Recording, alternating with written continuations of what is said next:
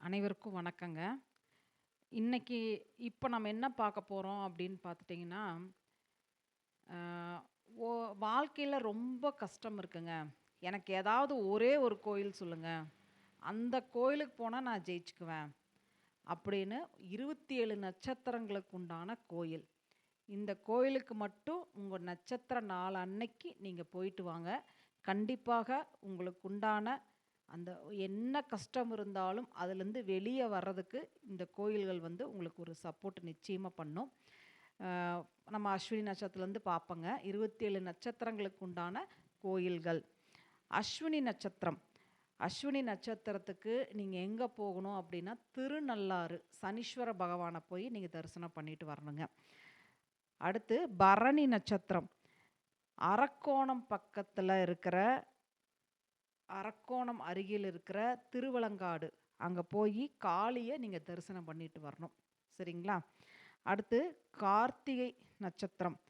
ஆ ஆதிசேஷன் அதாவது நாகப்பட்டினத்தில இருக்கிற நாகநாதர் சுவாமிய நீங்க போயி ஆதிசேஷன போயி வழிபாடு பண்ணிட்டு வரணும்.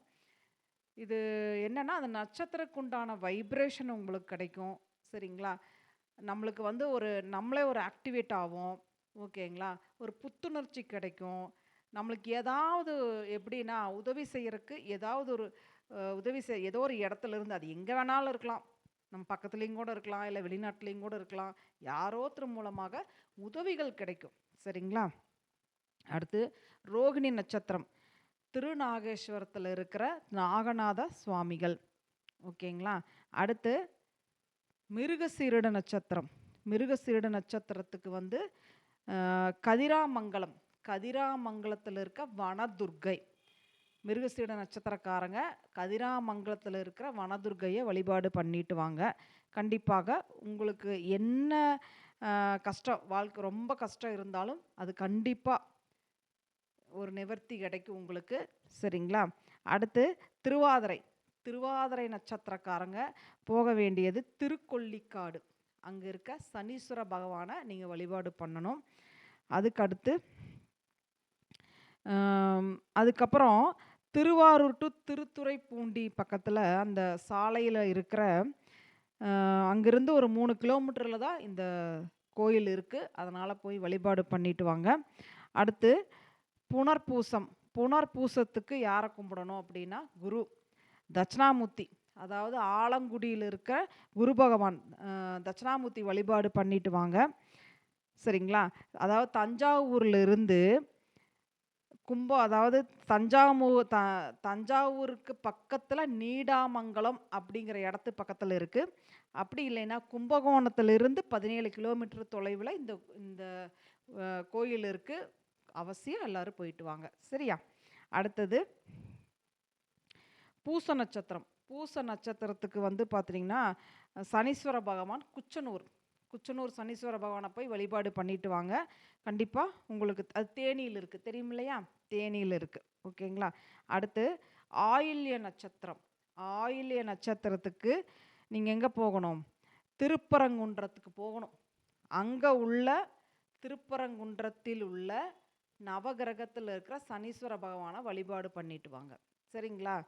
யாருக்கு? ஆயில்ய நட்சத்திரக்காரங்களுக்கு அங்கே பண்ணிட்டு வாங்க. கண்டிப்பாக உங்களுக்கு ஒரு மாற்றம் கண்டிப்பாக ஏற்படுங்க. அடுத்து மக நட்சத்திரம்.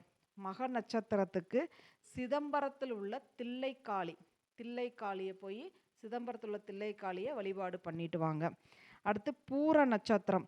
பூர நட்சத்திரத்துக்கு திருமணஞ்சேரியில் உள்ள ராகு பகவான் வழிபாடு நீங்கள் பண்ணணும். எங்கே இருக்குது? திருமணஞ்சேரி கும்பகோணத்தில் இருக்குது. கும்பகோணத்துக்கு போயிட்டு வாங்க. சரிங்களா? அடுத்து உத்திர நட்சத்திரம். உத்திர நட்சத்திரத்துக்கு தாராபுரத்திலிருந்து கரூர் போகிற வழியில் வஞ்சி அம்மன். ஓகேங்களா? மூலனூரில் இருக்குது. மூலனூருங்கிற இடத்துல வஞ்சி அம்மனை போய் வழிபாடு பண்ணிட்டு வாங்க. கண்டிப்பாக உங்களுக்கு ஒரு மாற்றம் ஏற்படுங்க. அடுத்து அஸ்த நட்சத்திரம். அஸ்த நட்சத்திரத்துக்கு திருவாரூரில் இருக்கிற ராஜதுர்க்கை வழிபாடு பண்ணிட்டு வரணும். அஸ்த நட்சத்திரக்காரங்க. சரிங்களா? அடுத்து சித்திரை நட்சத்திரக்காரங்களுக்கும் அதே கோயில் தான். ராஜதுர்க்கை வழிபாடு நீங்கள் பண்ணணும். ஓகேங்களா? அடுத்து சுவாதி நட்சத்திரக்காரங்க எங்கே போகணும் அப்படின்னு பார்த்துட்டிங்கன்னா, திருவானைக்காவலில் இருக்கிற சனீஸ்வர பகவானை நீங்கள் வழிபாடு பண்ணணும். ஓகேங்களா? சுவாதி நட்சத்திரக்காரங்க. அடுத்து விசாக நட்சத்திரக்காரங்க மதுரைக்கு பக்கத்தில் இருக்கிற சோழவந்தான் அப்படிங்கிற கோயிலில் இருக்கிற சனீஸ்வரரை நீங்கள் வழிபாடு பண்ணணும். ஓகேங்களா? அடுத்தது அனுஷ நட்சத்திரக்காரங்க. அனுஷ நட்சத்திரக்காரங்க எங்கே போகணும் அப்படின்னா, திருவிடைமருதூர், கும்பகோணத்தில் இருக்கிற திருவிடைமருதூர் கோயிலில் ஸ்ரீ மகாலிங்கேஸ்வரர் கோயிலில் இருக்கிற அம்மனை வழிபாடு பண்ணிட்டு வாங்க. ஓகேங்களா? அடுத்து கேட்டை நட்சத்திரம். பல்லடம் டு காங்கேயம் போகிற ரோட்டில் அங்காள பரமேஸ்வரியை போய் வழிபாடு பண்ணிட்டு வரணும். சரிங்களா? பல்லடம் டு காங்கேயம் போகிற ரோட்டில் அங்காள பரமேஸ்வரியை நீங்கள் வழிபாடு பண்ணணும். அடுத்து மூல நட்சத்திரம். மதுரையில் தட்சிணாமூர்த்தி வழிபாடு நீங்கள் பண்ணணும். ஓகேங்களா? அடுத்து பூராட நட்சத்திரம். பூராட நட்சத்திரத்துக்கு பன்ருட்டி பக்கத்தில் இருக்கிற திருநாவலூர், அங்கே இருக்கிற தட்சிணாமூர்த்தி வழிபாடு நீங்கள் பண்ணணும். சரிங்களா? அடுத்து உத்திராட நட்சத்திரம். உத்திராட நட்சத்திரத்தில் இருக்கிற, அதாவது திருநள்ளாறியிலிருந்து தர்மபுரம் அப்படிங்கிற ஊரில் இருக்கிற துர்க்கை வழிபாடு நீங்கள் பண்ணணும். பண்ணிட்டு வாங்க. அதே மாதிரி அங்கே இருக்கிற தட்சிணாமூர்த்தி வழிபாடு பண்ணுங்க. கண்டிப்பாக உங்களுக்கு ஒரு மாற்றம் ஏற்படுங்க. அடுத்தது திருவோண நட்சத்திரக்காரங்களுக்கு தெத்துப்பட்டி, திண்டுக்கல்ல இருந்து கன்னிவாடி பக்கத்தில் இருக்கிற தெத்துப்பட்டிங்கிற கிராமத்தில் ராஜகாளியம்மன். நான் அந்த கோயிலுக்கு போயிருந்தேங்க. ரொம்ப அருமையாக இருந்துச்சு அந்த கோயில். ராஜகாளியம்மன் அம்மா 2 சன்னதியாக இருந்தாங்க. நீங்களும் போய் வழிபட்டுட்டு வாங்க. சரியா? அடுத்தது அவிட்ட நட்சத்திரம். கொடுமுடி, கரூர் டு ஈரோடு போகிற வழியில் கொடுமுடியில் சனீஸ்வர பகவானை போய் வழிபாடு பண்ணிட்டு வாங்க. சரிங்களா? அடுத்தது சதய நட்சத்திரக்காரங்க எங்கே போகணும்? திருச்செங்கோடில் இருக்கிற அர்த்தநாரீஸ்வரர். அர்த்தநாரீஸ்வரர் வழிபாடு போய் பண்ணிட்டு வந்தீங்க அப்படின்னா கண்டிப்பாக அர்த்தநாரீஸ்வரர் எப்படின்னா குடும்ப ஒற்றுமைக்கும் கண்டிப்பாக உங்களுக்கு ஒர்க் அவுட் ஆகும். அதே மாதிரி திருச்செங்கோடு இல்லைங்களா? அப்போ நிறைய ஜோதிட மாநாடுகள் எல்லாமே, ஜோதிட கருத்தரங்கம் எல்லாமே அங்கே தான் நடக்குது. ஓகேங்களா? அங்கே அந்த திருச்செங்கோடு போயிட்டு வந்தாலே நம்மளுக்கு ஒரு நாணம் கண்டிப்பாக நம்மளுக்கு ஏற்படுங்க. நிறையா விஷயங்கள் புலப்படும். அதனால் அர்த்தநாரீஸ்வரர் வழிபாடு போய் பண்ணிட்டு வாங்க.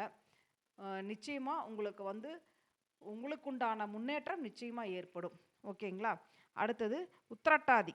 உத்திரட்டாதி நட்சத்திரக்காரங்க தஞ்சாவூரில் இருந்து திருவையாறு போகிற வழியில் தட்சிணாமூர்த்தி, சனீஸ்வர பகவான் 2 பேரையுமே நீங்கள் வழிபட்டுட்டு வாங்க. திருவையாறில் இருக்காங்க. தஞ்சாவூர்லேருந்து 11 கிலோமீட்டருங்க. திருவையாறுங்கிற இடத்துல போய் வழிபட்டுட்டு வாங்க. கண்டிப்பாக உங்களுக்கு ஒரு செல்வ கடாட்சம் ஏற்படுங்க. அடுத்தது ரேவதி நட்சத்திரக்காரங்க சிதம்பரத்திலிருந்து 28 கிலோமீட்டர் உள்ள ஓமாம் புலியூர் அப்படிங்கிற இடத்துல அங்கே போயிட்டு அங்கேயும் நீங்கள் என்ன பண்ணணும்? ஏன்னா தட்சிணாமூர்த்தி வழிபாடும் சனீஸ்வரனும் ரேவதி நட்சத்திரத்துக்கு நீங்கள் என்ன பண்ணணும்? அந்த இடத்துல இல்லை, சிதம்பரத்திலிருந்து 28 கிலோமீட்டர் தொலைவில் உள்ள ஓமாம் புலியூர் அப்படிங்கிற இடத்துல தட்சிணாமூர்த்தியும் சனீஸ்வர பகவானையும் வழிபட்டுட்டு வாங்க. இந்த கோயிலெல்லாம் 27 நட்சத்திரங்களுக்கு உண்டான கோயில் நம்ம சொல்லியிருக்கோம். இந்த கோயில்கள் எல்லாமே உங்களோட வாழ்க்கையில் ரொம்ப கஷ்டத்தில் இருக்கேன், ரொம்ப சிரமத்தில் இருக்கேன், ஒரு மாற்றமே வரமாட்டேங்குது அப்படின்னு நினைக்கிறவங்க, பொருளாதார முன்னேற்றம் ஏற்படும்னு நினைக்கிறவங்க கண்டிப்பாக போயிட்டு வாங்க. அவசியம் போயிட்டு வாங்க. கண்டிப்பாக உங்களோட வாழ்க்கையில் ஒரு முன்னேற்றம், ஒரு செல்வ கடாட்சம் நிச்சயமாக ஏற்படும். உங்களுக்கு ஒரு நிம்மதி, உடல் ஆரோக்கியம், செல்வ வளம், தொழிலில் வெற்றி, சகல சம்பத்தும் சுபிட்சமும் கிடைக்க என்னுடைய மனமார்ந்த வாழ்த்துக்கள். அனைவருக்கும் நன்றி.